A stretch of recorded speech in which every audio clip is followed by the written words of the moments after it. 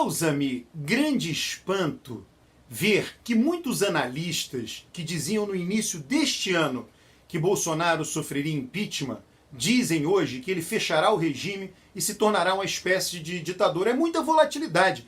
É basicamente uma flutuação de poder zero, isto é, um presidente que é deposto, que sequer tem apoio parlamentar de 1/3 de deputados e senadores, para poder total. Um governante que é tão poderoso que se torna capaz de fechar o Congresso.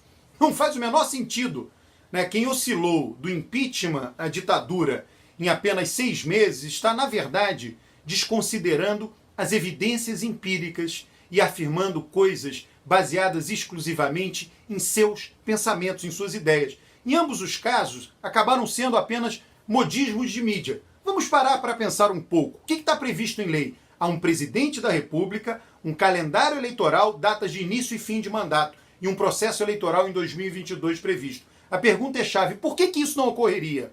Há duas coisas que asseguram a eleição de 2022. A fraqueza de Bolsonaro e os interesses das elites que vão disputar o pleito.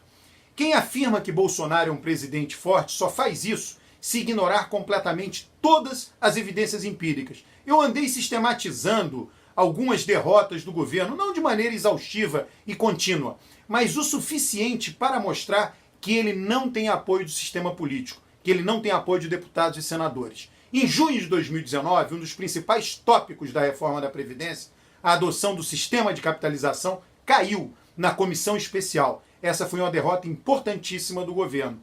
O ministro da Economia, Paulo Guedes, considerava a capitalização uma parte crucial da reforma. Também em junho, o Senado Federal rejeitou o decreto de armas do governo federal, editado lá em janeiro, que facilitaria a posse e o porte de armas, ambos. O governo perdeu por um placar elástico, 47-28.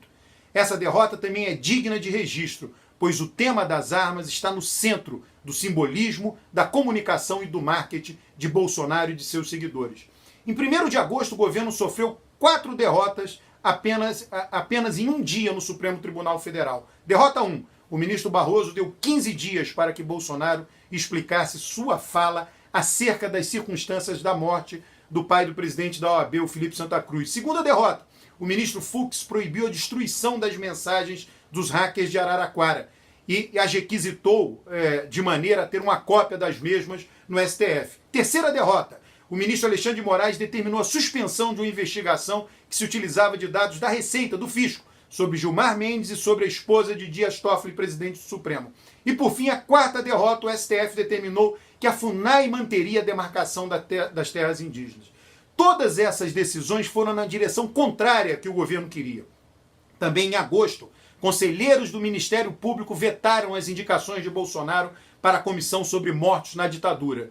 As derrotas de Bolsonaro foram muitas. Em agosto também, primeira semana, o STF negou por unanimidade o pedido do então partido de Bolsonaro, o PSL, para que o Estatuto da Criança e do Adolescente fosse flexibilizado. Em seguida, a Fiocruz foi autorizada pela Advocacia Geral da União, em mais uma decisão contrária aos desejos do presidente, a divulgar os resultados de uma pesquisa sobre o uso de drogas. Dentro da proposição, tem uma proposição legislativa que foi aprovada, da liberdade econômica. Nela, o governo tentou instituir o trabalho aos domingos para determinados grupos profissionais. Não conseguiu. Foi derrotado também no Senado. Lá, no finalzinho de agosto, foi a vez do Congresso derrubar o veto de Bolsonaro às penas mais duras aprovadas contra aqueles que divulgassem fake news durante os processos eleitorais. Em setembro, o Senado negou a recondução do procurador Lauro Nogueira ao CNMP, Conselho Nacional do Ministério Público. O governo foi derrotado por 36-24.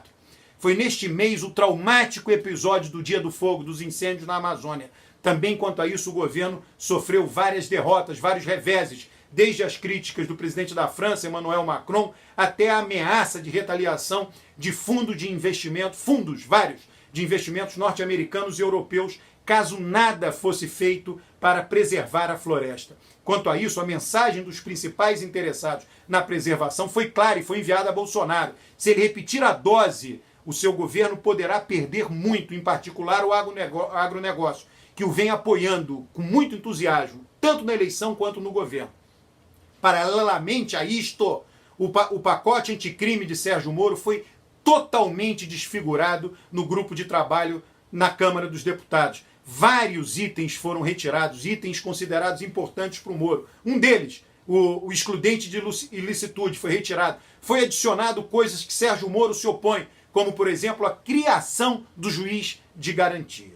Note que já mencionei aqui várias derrotas de Bolsonaro na Câmara, no Senado, em comissões legislativas, no STF, no Ministério Público, na Advocacia Geral da União, em função de posicionamentos da mídia, chefes de governo de outros países, outras organizações. A situação do governo é tão crítica que em 29 de setembro foi publicada uma matéria com o seguinte título: Câmara dos Deputados reclama de falta de projetos do governo Bolsonaro. Procure na internet pelo título. Repito devagar.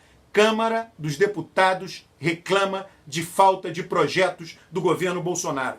Essa matéria mostra que o governo tem pouca iniciativa legislativa, que ele age, na grande maioria das vezes, por meio das medidas provisórias, que, se não forem votadas, caducam em 120 dias. Poderia aqui ampliar muito essa lista de derrotas, duplicar a lista, triplicar a lista, eventualmente multiplicar por 10 essa lista. Seria falar mais do mesmo. Tudo isso só mostra que Bolsonaro está muito, mas muito distante mesmo de ser um presidente forte. A Câmara e o Senado apreciam, é claro, as propostas enviadas pelo Palácio Planalto, evidente, mas as duas casas desconsideram solenemente o que o governo quer em cada proposição.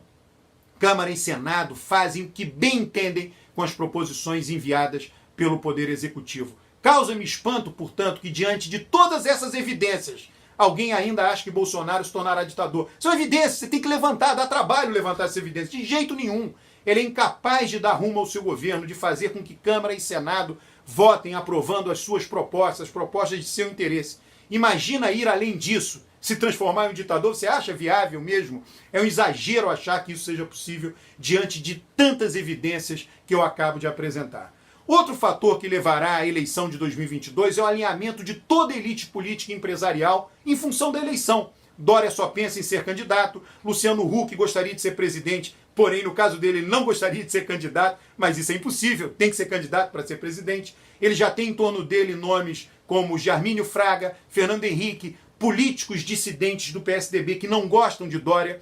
O PT terá candidato, Ciro é candidato, os governadores de estado em breve passarão a discutir seus alinhamentos regionais em função da eleição presidencial. Enfim, dezenas de interesses já trabalham vislumbrando a eleição de 2022, vislumbrando derrotar Bolsonaro. Esses alinhamentos não são meros desejos.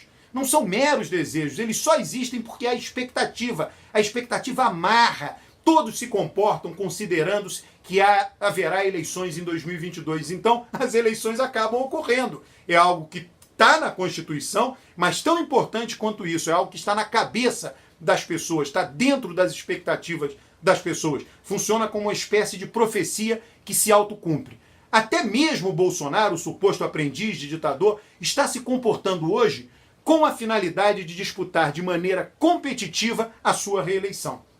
Compreendo perfeitamente uma certa histeria de analistas, jornalistas, cidadãos, ativistas, militantes em relação à possibilidade de Bolsonaro se tornar um ditador. Querer, ele pode querer. Nós, seres humanos, queremos muita coisa que nunca vamos realizar. Quantos de nós gostaríamos de alcançar várias coisas que jamais obteremos? Não há um ser humano que não queira morrer. Ninguém quer morrer, mas não tem jeito, isso vai chegar para todos nós. Ou seja, há uma distância muito grande entre o querer de Bolsonaro, querer ser ditador e conseguir fazê-lo. É por isso que a minha previsão é simples. O calendário de nossa democracia permanecerá o mesmo. Vou além. O mais provável é que não ocorra impeachment também não. Nem impeachment nem ditadura. Mas sim que Bolsonaro cumpra todo o seu mandato e dispute a sua reeleição. Vale sempre lembrar que toda previsão como esta que eu acabo de fazer, ela é probabilística e ela pode mudar. Caso ocorram fatos de grande peso, muito relevantes, pode ser que tal previsão venha a ser alterada. Eu virei aqui para dizer isso.